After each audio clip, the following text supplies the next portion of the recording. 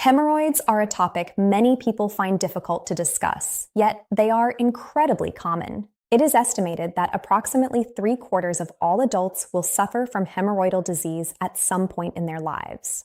While everyone naturally has vascular cushions or tissues that aid in fecal continence, the problem arises when these tissues become enlarged, irritated, or inflamed. In this video, we are going to break down the critical differences between internal and external hemorrhoids. Also, why these symptoms occur and how you can recognize the signs before they impact your quality of life. I am Dr. Ava. As a health specialist, I have seen how much distress hemorrhoidal disease can cause when left unaddressed. It is important to note that about 40% of patients with this condition are actually asymptomatic. This means that they experience no symptoms at all. However, for those who do, the symptoms can range from mild irritation to severe pain. To understand your own health, you must first understand the anatomy of the anal canal and the role of the dentate line, which serves as the biological border between internal and external disease. Internal hemorrhoids. The painless warning signs. Internal hemorrhoids are located above the dentate line. Because this area lacks sensitive nerve endings, the most defining characteristic of internal hemorrhoidal disease is that it is typically painless. The most common sign you will encounter is bright red blood appearing at the end of a bowel movement. You might notice this blood in the toilet bowl or on the toilet paper. As internal hemorrhoids enlarge, they can lead to a sensation of rectal fullness. This often happens because the tissue has prolapsed or moved out of its normal position. Patients frequently describe this as feeling like they are sitting on something. This prolapse can also interfere with normal hygiene and lead to mucus discharge.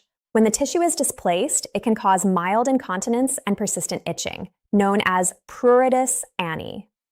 While internal hemorrhoids are usually painless, if a blood clot forms, a condition known as a thrombosed internal hemorrhoid, you may experience significant discomfort or a burning sensation.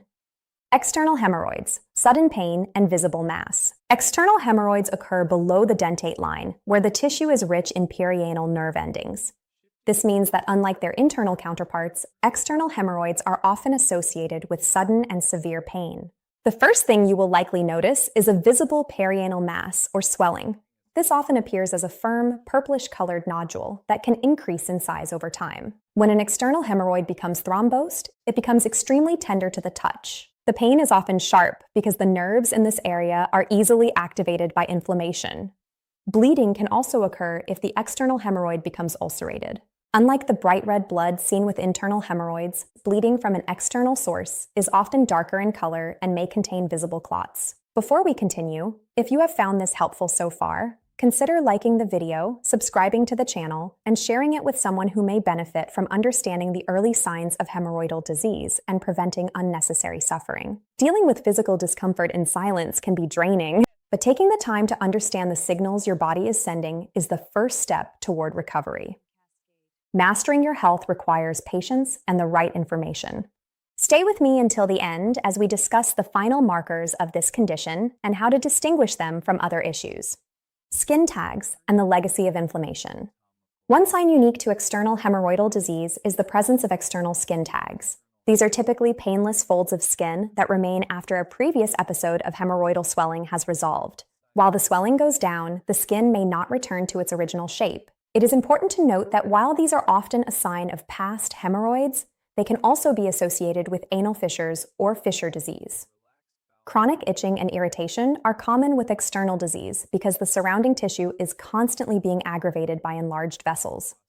Maintaining meticulous hygiene is vital, but it must be done gently to avoid further irritation or ulceration of the external tissue. How to move forward and find relief.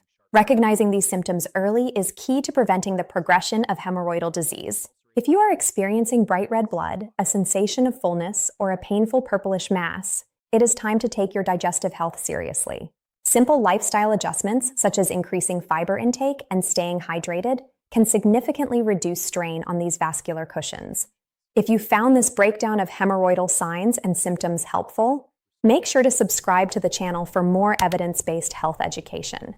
If you have questions about the differences between internal and external symptoms, or if you want to share your own experience with recovery, leave a comment below. I make it a priority to engage with your questions to help you navigate your health journey. Take care of yourself, because your comfort and quality of life are worth the effort.